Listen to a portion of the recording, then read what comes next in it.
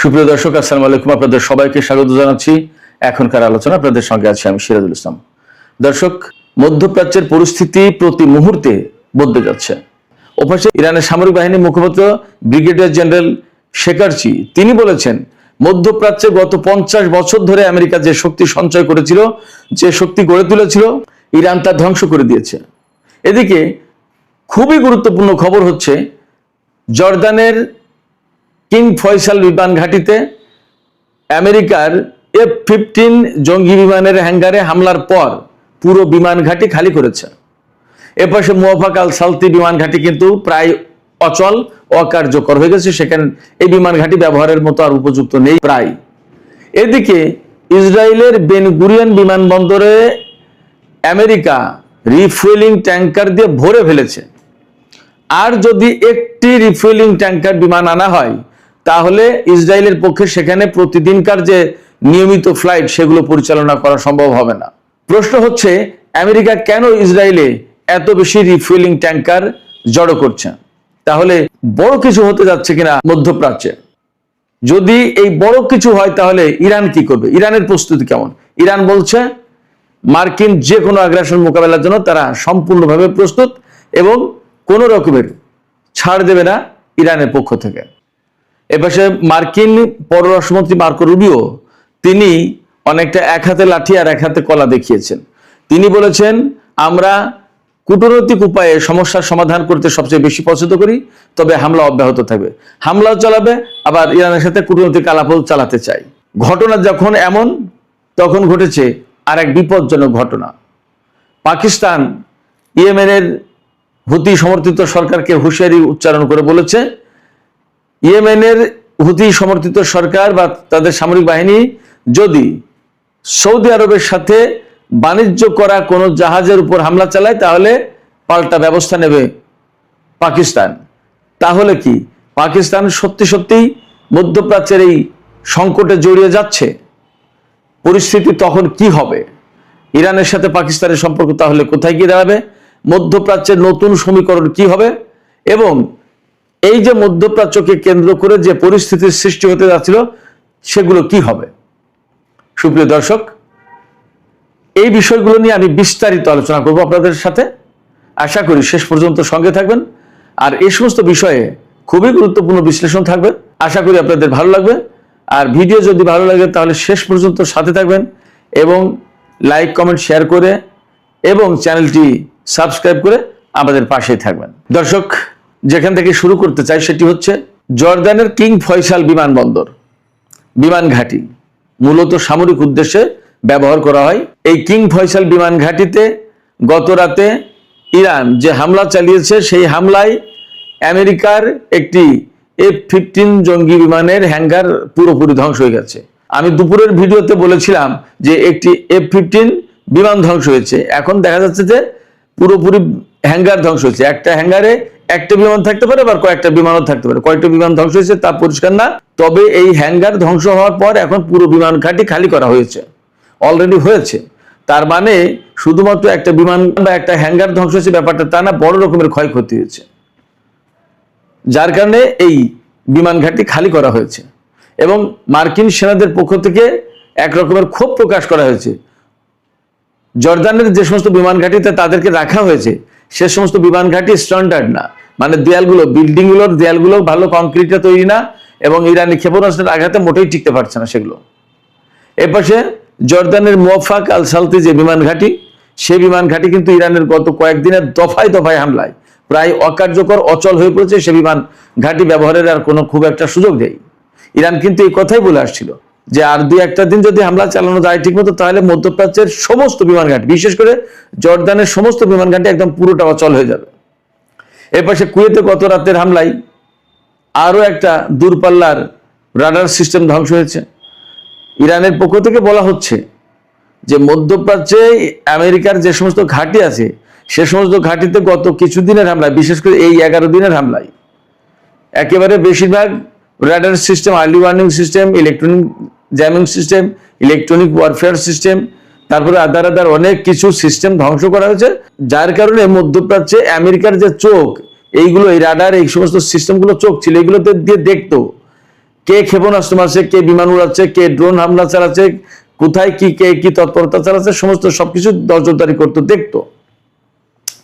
ইরানের হামলার কারণে এগুলো ধ্বংস হয়ে যাচ্ছে এবং প্রচুর পরিমাণে ধ্বংস হয়েছে, যার কারণে এখন ইরান বলছে যে মধ্যপ্রাচ্যে আমেরিকার যে সব চোখ ছিল সে সমস্ত চোখ অন্ধ হয়ে গেছে। ব্রিগেডিয়ার জেনারেল শেখারসি তিনি বলেছেন, ইরানের হামলায় আমেরিকার যে সমস্ত ক্ষয়ক্ষতি হয়েছে তা হচ্ছে এই এক কথায় যে গত 50 বছর ধরে আমেরিকা মধ্যপ্রাচ্যে যে সামরিক শক্তি সঞ্চয় করেছিল, যে সামরিক শক্তি গড়ে তুলেছিল, তার সমস্ত সবকিছু মোটামুটি ধ্বংস হয়ে গেছে। এখন ইরান যে লক্ষ্য নিয়ে কাজ করছে মূলত এখন সেটা হচ্ছে যে মধ্যপ্রাচ্য থেকে মার্কিন সামরিক ঘাঁটি সব ধ্বংস করে দিয়ে মার্কিন সামরিক বাহিনীকে এখান থেকে বিতাড়িত করে দেবে, এটা হলো তাদের টার্গেট। এবং ইরান এই টার্গেট নিয়ে যে যুদ্ধ করছে বা হামলা চালাচ্ছে আমেরিকার বিরুদ্ধে বা আমেরিকার ঘাঁটিগুলোতে, আমেরিকা এটা মোটামুটি বুঝে গেছে। এবং ইরান কিন্তু এই কয়েকদিন আমি কয়েকবারই বলেছি যে এই ইরাক থেকে শুরু করে ওমান পর্যন্ত এই উপসাগরীয় অঞ্চলে যে দেশ আছে, ইরাক, কুয়েত, বাহরাইন, সৌদি আরব, কাতার, সংযুক্ত আরব আমিরাত, ওমান, সৌদি আরব আর ওপাশে জর্দান, এই যে মুসলিম কান্ট্রিগুলো, এইগুলো থেকে আস্তে আস্তে আস্তে আস্তে তাড়িয়ে একটা একটা করে তাড়িয়ে গুটিয়ে একদম জর্দানে নিয়ে গেছে। জর্দান থেকে এবার ইসরায়েলে নিয়ে যাবে। এরপরে যাবে কোথায়? যুদ্ধের ভেতরে যদি এখনই বা আগামী 1 মাসের ভিতরে বা কিছুদিনের ভিতরে যদি যুদ্ধ বিরতি না হয়, তাহলে ইরান একের পর এক হামলা চালাতেই থাকবে। কারণ এই অঞ্চলে তো মার্কিন ঘাঁটিগুলোই ইরানের লক্ষ্যবস্তু। অতএব যখন ঘাঁটি সব শেষ হয়ে যাবে তখন মার্কিন সেনারা থাকবে কোথায়? মার্কিন বিমান রাখার জায়গা থাকবে না, হ্যাঙ্গার থাকবে না, তাহলে রাখবে কোথায়? অতএব এই সমস্ত ঘাঁটিতে যখন থাকতে পারবে না তখন কিন্তু আমেরিকাকে চলে যেতেই হবে। ফাইনালি যখন ইসরায়েলের ভেতরে গিয়ে অবস্থান নেবে, ইসরায়েল কয়টা বিমান রাখবে? তার নিজেরই তো বিমান আছে, তার নিজেরই সামরিক সরঞ্জাম, সেনা, ট্যাঙ্ক ইত্যাদি ইত্যাদি সামরিক সরঞ্জাম সমস্ত সবকিছু আছে। এর ভেতরে আমেরিকা যা সেগুলো রাখবে কোথায়? অতএব আমেরিকার সামনে আসলেই ভয়ঙ্কর বড় রকমের বিপদ আসছে যদি যুদ্ধ অব্যাহত থাকে। কিন্তু এর ভিতরে মার্কিন পররাষ্ট্রমন্ত্রী বলছেন যে আমরা এই মুহূর্তে ইরানের সাথে সংকট সমাধানের ব্যাপারে কূটনীতিকেই তো ভালোবাসি, আমরা এটাই প্রিফার করি, আমরা এটাই চাই যে কূটনৈতিক উদ্যোগের মাধ্যমে সমস্যার সমাধান হোক, তবে ইরানের উপর হামলা বন্ধ হবে না। তো ইরানের উপর হামলা বন্ধ হবে না, তোমরা হামলাও করবা, আবার ইরানের ভালোবাসাও চাইবা, আবার ইরানের কাছ থেকে কূটনৈতিক তৎপরতার মাধ্যমে সমস্যার সমাধানও চাইবা। এটা কি হয় নাকি? এটা কি পাগল নাকি ইরান? সম্ভবত এই দিকে যাবে না। আমেরিকা যখন আগে যুদ্ধ করেছে, আলোচনার ভেতরেই যুদ্ধ শুরু করলো। 28শে ফেব্রুয়ারির কথা বলছি। দুই পক্ষের ভেতরে চুক্তি হলো, ইসলামাবাদ সমঝোতা স্মারক সই হলো, এরপরে আবার নতুন করে যুদ্ধ শুরু করলো সেই আমেরিকায়। ইরান এই জায়গা থেকে এখন পরিষ্কার বলছে যে আমরা যতবার আমেরিকার সাথে আলোচনায় গেছি, যতবার চুক্তি করেছি, যতবার সমঝোতা করেছি, ততবার ভেঙেছে। এবং ডোনাল্ড ট্রাম্প প্রত্যেকটা, এমনকি ওবামার আমলে যে চুক্তি ছিল সেটাও তো ছিঁড়ে ফেললো ডোনাল্ড ট্রাম্প। ফলে ডোনাল্ড ট্রাম্পকে ইরান আর বিশ্বাস করছে না। যখন বিশ্বাস করছে না তখন ইরানকে এই যুদ্ধ চালিয়ে যেতেই হবে। যদি ইরান এই যুদ্ধ চালিয়ে যায় তাহলে আমেরিকার সামনে আসলেই বড় বিপদ। মধ্যপ্রাচ্যে আমেরিকার কোনো ঘাঁটি আর রাষ্ট্র থাকবে না। ব্রিগেডিয়ার জেনারেল শেখারসি আজকে সংবাদ সম্মেলনে আরো বলেছেন যে ইরান একদিনের জন্য যুদ্ধের ভেতরে বা যুদ্ধবিরতির সময় একদিনের জন্য ড্রোন উৎপাদন এবং ক্ষেপণাস্ত্র উৎপাদন বন্ধ করেনি। এবং আজকে একটা ভিডিও দেখলাম, ইরান দেখাচ্ছে যে তাদের হাতে আরাস-2, যেটা সবচেয়ে ডেঞ্জারাস কামিকাজি ড্রোন বলা হচ্ছে, 2000 কিলোমিটার তার পাল্লা এবং 150 কেজি বোমা বহন করতে পারে। এই আরাস ড্রোনের সংখ্যা দেখালো কত শত, তার কোনো লেখাজোখা নেই, এত বেশি। এবং ইরানের প্রেসিডেন্ট কয়েকদিন আগে বলেছে যে এখন যে যুদ্ধ চলছে, এইভাবে যদি যুদ্ধ চলে তা আগামী 10 বছরে একটা না ইরান যুদ্ধ চালিয়ে যেতে পারবে, তাতে অস্ত্রের কোনো ঘাটতি পড়বে না। শুধু তাই না, মজার ব্যাপার হচ্ছে এই যে ইরান হামলাগুলো চালাচ্ছে এবং আমেরিকা ঠেকাতে পারছে না। আমেরিকার সেনারা বলছে কথা যে ইরান যখন ক্ষেপণাস্ত্র ছুড়ছে তখন আমরা দেখতে পাচ্ছি যে একটা টার্গেটে এসে হামলা করবে এবং আমরা সেই টার্গেট ঠেকানোর জন্য প্রস্তুতি নিচ্ছি। তখন এই ক্ষেপণাস্ত্র উড়ে আসার পথেই সে কয়েকবার দিক পরিবর্তন করছে এবং লক্ষ্যবস্তু পরিবর্তন করছে। তখন আমরা বিভ্রান্ত হয়ে পড়ছি যে কোন লক্ষ্যবস্তুতে ইরানি এই ক্ষেপণাস্ত্র হামলা চালাবে আর আমরা কোন দিকে মারবো ইন্টারসেপ্টর, আমরা ক্ষেপণাস্ত্র মারবো কোন দিকে ওই ক্ষেপণাস্ত্রকে ধ্বংস করার জন্য। ফলে আমরা ক্ষেপণাস্ত্র মারছি আর ইরানের ক্ষেপণাস্ত্র দিক পরিবর্তন করছে, ম্যানুভার করছে, এবং সে ক্ষেপণাস্ত্রকে ধ্বংস করা যাচ্ছে না, আমাদের এখানে সে ব্যাপকভাবে হামলা চালাচ্ছে। এক ভয়ঙ্কর বিপদ আছে, খোদ আমেরিকার সেনারা বলছে। এই ব্যাপারে ইরানের বর্তমান ভারপ্রাপ্ত প্রতিরক্ষা মন্ত্রী যিনি, তিনি বলেছেন ইরানের হাতে যে সমস্ত অস্ত্র আছে তা তাদের নিজেদের তৈরি, এবং এগুলো খুবই মানসম্মত, এবং নিজেদের তৈরি অস্ত্র দিয়েই তারা আমেরিকাকে কাবু করছে। আমি এখানে একটা কথা বলি, আমি বহু বছর আগে থেকেই বলে আসছিলাম যে আমেরিকার যে অস্ত্র আছে তা মোটামুটি ভাবে সারা বিশ্বে পরিচিত, সবার কাছে বিক্রি করে, সবাই জানে কার কাছে কি আছে, আমেরিকার ধার শক্তি কেমন। এটা গেলে এক। দ্বিতীয় কথা হচ্ছে, আমেরিকা যেহেতু বিশ্বের 1 নম্বর পরাশক্তি বলে নিজেকে দাবি করে, এবং বহু বছর ধরেই সে ইরাককে ধ্বংস করেছে, লিবিয়াকে ধ্বংস করেছে, সিরিয়াকে, আফগানিস্তানকে, ভিয়েতনামে যুদ্ধ করেছে, এরকম বহু জায়গায় যুদ্ধ করেছে, দেশে দেশে যুদ্ধ করে বেড়ায়। তো এই সমস্ত প্রেক্ষাপটে তারা নিজেদেরকে মনে করতে যে আমরা যা বানিয়েছি এর চেয়ে পৃথিবীতে আর কেউ বড় কিছু বানাতে পারি, বানাবে না। কিন্তু ভেতরে ভেতরে ইরান যে এত কিছু তৈরি করে ফেলেছে, এই হাইপারসনিক ক্ষেপণাস্ত্র তৈরি করে ফেলেছে, এটা আমেরিকা টেরও পায়নি। ইরান যখন বলেছে তখন আমেরিকা বা পশ্চিমা গণমাধ্যম তুচ্ছ-তাচ্ছিল্য করেছে, তাই এইটা আবার বানিয়েছে। অনেক আমেরিকা বা পশ্চিমা গণমাধ্যম এইভাবে দাবি করতো যে ইরান দাবি করছে এটা বানিয়েছে। এখন যুদ্ধের ময়দানে গিয়ে দেখে, মানে জম দেখার মতো দেখছে এখন। যাই হোক, আমি যা বলতে চাইছি, ইরান তার নিজস্ব অস্ত্র দিয়েই আমেরিকা ইসরায়েলকে কাবু করে ফেলছে। আমি একটা কথা বলি, 2019 সালের 20 জুন পারস্য উপসাগরের আকাশে সেই সময়কার আমেরিকার সবচেয়ে লেটেস্ট প্রযুক্তি যে গ্লোবাল হক ড্রোন ভূপাতিত করেছিল ইরান, যেটার কথা বলেছিল পৃথিবীর কেউ এটা শনাক্ত করতে পারবে না, ইরান শনাক্ত করে সিঙ্গেল মিসাইল শটে ধ্বংস করে দিয়েছিল। কিভাবে করেছিল? সেই গ্লোবাল হক ড্রোন, সর্বাধুনিক ড্রোন ধ্বংস করার কাজে ইরানের খোরদাদ 15, ফার্সিতে বলে পুঞ্জদায় খোরদাদ, এই ক্ষেপণাস্ত্র প্রতিরক্ষা ব্যবস্থা করেছিল। ওটা তো কমপ্লিটলি ইরানের। সেই সময়কার আমেরিকার লেটেস্ট প্রযুক্তি ড্রোন, আজ থেকে 6-7 বছর আগের কথা, সেই ড্রোন ধ্বংস করেছিল ইরান তাদের নিজস্ব প্রযুক্তিতে। তাহলে আজকে কেন ইরান আমেরিকার বিরুদ্ধে যুদ্ধ করতে পারবে না? ওর চেয়েও তো উন্নত অস্ত্রপাতি, সামরিক সরঞ্জাম ইরানের হাতে আছে। অতএব ইরান যে ডেভেলপমেন্টটা ঘটিয়েছে ভিতরে ভিতরে, এটা কেউ বিশ্বাস করেনি, কল্পনাও করেনি। এই সুবিধাটা এখন ইরান যুদ্ধের ক্ষেত্রে প্রতিদিন এক এক ধরনের চমক দেখাচ্ছে, প্রতিদিন এক এক ধরনের ঘটনা ঘটাচ্ছে, যেটা আমেরিকা কল্পনাও করেনি। আপনারা কল্পনা করতে পারেন মধ্যপ্রাচ্যে এত এত মার্কিন ঘাঁটি, এত বিশাল ব্যবস্থা, সেন্টকমের সদর দপ্তর কাতারের আল-উদেইদ বিমান ঘাঁটিতে, এগুলো ধ্বংস করে দেবে পৃথিবীর কেউ কল্পনা করেছিল? আমেরিকা এগুলোর ভিকটিম, এগুলোর শিকার এখন, এটাই বাস্তবতা। যাই হোক সুপ্রিয় দর্শক, আমি এবার ইসরায়েলের বেন গুরিয়ন বিমানবন্দরে আমেরিকা বহু সংখ্যক রিফুয়েলিং ট্যাঙ্কার রেখেছে। কত ট্যাঙ্কার রেখেছে, কেন রেখেছে, এই বিষয়গুলো নিয়ে একটু আলোচনা করি। ইসরায়েলের বেন গুরিয়ন বিমানবন্দরে আমেরিকা 33টি রিফুয়েলিং ট্যাঙ্কার বিমান রেখেছে, এবং আরো 7টি বিমান রাখতে চায়। এই বেন গুরিয়ন বিমানবন্দর বা ইসরায়েলের বিমান অথরিটির যে মহাপরিচালক শ্যারন কেদি, তিনি বলছেন আর একটি বিমানও রাখার মতো জায়গা নেই বেন গুরিয়ন বিমানবন্দরে। যদি আর একটি বিমান, রিফুয়েলিং ট্যাঙ্কার বিমান রাখা হয়, তাহলে প্রতিদিন অন্তত 30টি ফ্লাইট বাতিল করতে হবে। একটা বিমান রাখলে 30টি ফ্লাইট বাতিল করতে হবে, তার মানে প্রতিদিন 5000 টিকিট ক্যান্সেল, বাতিল হবে। পরিস্থিতি কতটা ভয়াবহ কোথায় দেখেন। তার মানে আমেরিকার বিপুল সংখ্যক রিফুয়েলিং ট্যাঙ্কার এখন ইসরায়েলের ঘাঁটিতে। প্রশ্ন হচ্ছে, কেন ইসরায়েলের বিমান ঘাঁটিতে রিফুয়েলিং ট্যাঙ্কার?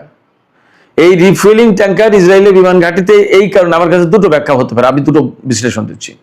একটা হচ্ছে ইরানের উপরে চরমতম হামলা হবে। আমি পরশু বা গতকালকে বলেছি যে প্রচন্ডতম হামলা চালানোর জন্য আমেরিকা তার ম্যাক্সিমাম শক্তি এখানে আনছে, যার কারণে হিউজ বিমান হামলা করবে।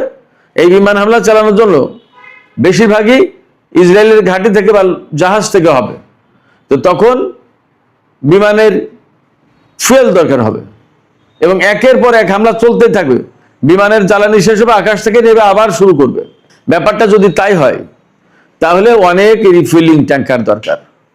এই জন্য আমেরিকা, ইউরোপ, আমেরিকা যেখানে যেখানে তার যুদ্ধ বিমান আছে সব হয়তো এইদিকে এনে জড়ো করেছে এবং এই রিফিলিং ট্যাঙ্কার এখানে এনেছে বড় রকমের ইরানের বিরুদ্ধে হামলা চালানোর জন্য। এটা একটা কারণ হতে পারে।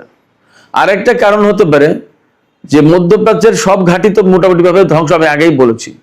কুয়েতের, বাহরাইনের, সংযুক্ত আরব আমিরাতের, সৌদি আরবে খুব একটা রাখতে চাচ্ছে না, ওমানের, সংযুক্ত আরব আমিরাতে, কাতারে, সব জায়গায়, ইরাকে, এখন কোনো জায়গা কিন্তু এখন আর নিরাপদ না। সেক্ষেত্রে এই সমস্ত ঘাঁটিতে যে সমস্ত বিমান ছিল সব বিমান রিফুয়েলিং ট্যাঙ্কার এখন নিয়ে বেন গুরিয়ন বিমানবন্দরে জড়ো করেছে, এমন হতে পারে দুটো। অর্থাৎ ঘাঁটি, মধ্যপ্রাচ্যের ঘাঁটিগুলো ধ্বংস হয়ে যাওয়ার কারণে রিফুয়েলিং ট্যাঙ্কার ওখানে নিয়ে রেখেছে ইসরায়েলে, অথবা ইরানের উপরে ভয়াবহ হামলা চালাবে তার জন্য দুনিয়ার সব রিফিলিং ট্যাঙ্কার এখানে জড়ো করেছে। হয়তো 2-4 দিনের ভেতরেই যে কোনো সময় বড় রকমের হামলা শুরু করবে ইরানের বিরুদ্ধে। দুটো যে কোনো একটা হতে পারে, অথবা দুটোই হতে পারে। এদিকে মার্কিন প্রেসিডেন্ট ডোনাল্ড ট্রাম্প কিন্তু বলেছেন যে হরমুজ প্রণালীতে যদি ইরান একটা জাহাজের উপর হামলা চালায় তাহলে আমরা একটা সেতু এবং একটা রেল লাইন এর উপর হামলা চালাবো। তার মানে দাঁড়াচ্ছে আমেরিকার পক্ষ থেকে কিন্তু এমন নেই যে ঠিক আছে ভাই সমস্ত সবকিছু বাদ দাও, আমরা মীমাংসা আসছি, আমাদের যে চুক্তি হয়েছিল সেই চুক্তি আমরা আবার শুরু করি, এমনটা না। তারা দুটোই, অর্থাৎ ওই তলারটাও খাচ্ছে, গাছেরটাও খাচ্ছে। তারা বলছে যে হামলাও চলবে আবার কূটনীতিও চালাবে। তো এটা কি চালাবে নাকি? ইরান কি একদম এত পাগল? ইরান এ কথা বলেছে, ইরান তো এতটা দুর্বল অবস্থায় যায়নি বা তারা জ্ঞান বুদ্ধিহীন হয়ে পড়েনি যে আমেরিকার এই হুমকি এবং কূটনীতি এই দুটো একসাথে চালাতে দেবে ইরান, এমনটা মনে হয় করতে দেবে না। সেক্ষেত্রে হয় আমেরিকাকে কূটনীতির পথ বেছে নিতে হবে অথবা যুদ্ধের পথ বেছে নিতে হবে। এটাই আমেরিকাকেই বেছে নিতে হবে। ইরান কিন্তু এখন বলছে কূটনীতি না, এখন আমরা যুদ্ধের ভেতর দিয়েই ফয়সালা করব। তাই ইরান যদি যুদ্ধের ভেতর দিয়ে ফয়সালা করতে চায় তাহলে আমেরিকাকে হয় যুদ্ধের ভেতর দিয়ে ফয়সালা করতে হবে আর না হয় কূটনীতি। কূটনীতির কথা যদি বলতে হয় তাহলে একদম সমস্ত সবকিছু বাদ দিয়ে ভালোভাবে কূটনীতির কথা বলতে হবে, তা না হলে ইরান যাবেও না। এবং ইরান আদৌ কূটনীতির পথে যাবে কিনা সেটা নিয়েই সন্দেহ আছে। সুপ্রিয় দর্শক, পরিস্থিতি যখন এমন, অর্থাৎ ইসরায়েল, আমেরিকা এবং ইরানের ভেতরে এখন কিন্তু প্রচন্ড উত্তেজনা, ইসরায়েলও কিন্তু যে কোনো মুহূর্তে জড়িয়ে পড়তে পারে।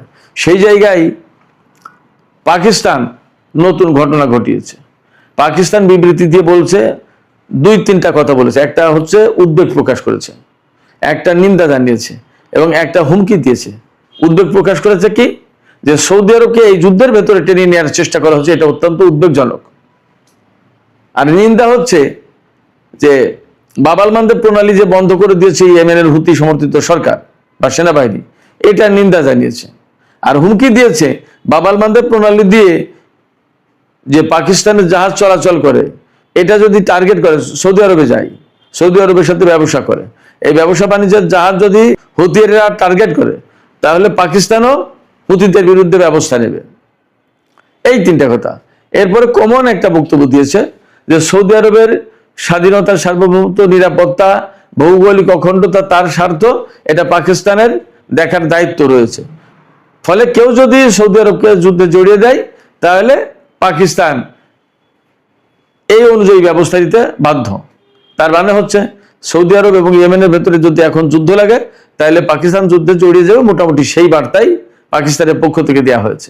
সৌদি আরব এবং পাকিস্তানের ভেতরে বছরে 480 কোটি থেকে 500 কোটি ডলারের ব্যবসা বাণিজ্য হয়। এর ভেতরে প্রায় 415 কোটি ডলারের পণ্য সৌদি আরব থেকে আমদানি করে পাকিস্তান, আর বাকিটা পাকিস্তান সৌদি আরবে পাঠায়। এর মধ্যে 2.9 অর্থাৎ 290 কোটি থেকে 300 ডলারের তেল এবং তেলজাত পণ্য আমদানি করে সৌদি আরব থেকে পাকিস্তান।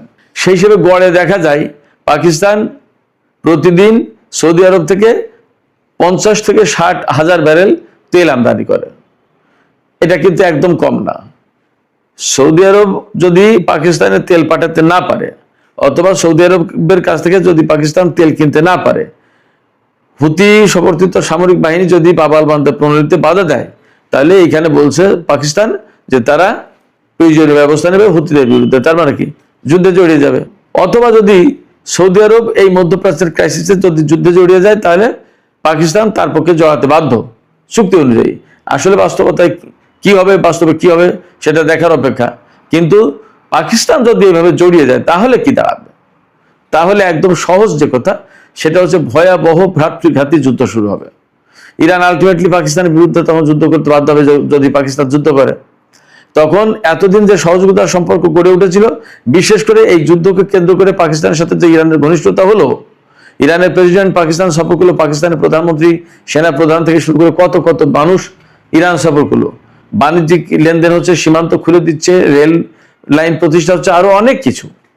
সেই জায়গায় এখন পাকিস্তান যদি জড়িয়ে যায় তাহলে ইরানের জন্য সেটা ভয়ঙ্কর একটা বিপদের কারণ, সংকটের কারণ। কি করে ইরান তার প্রতিবেশী পাকিস্তানের সাথে যুদ্ধ করবে?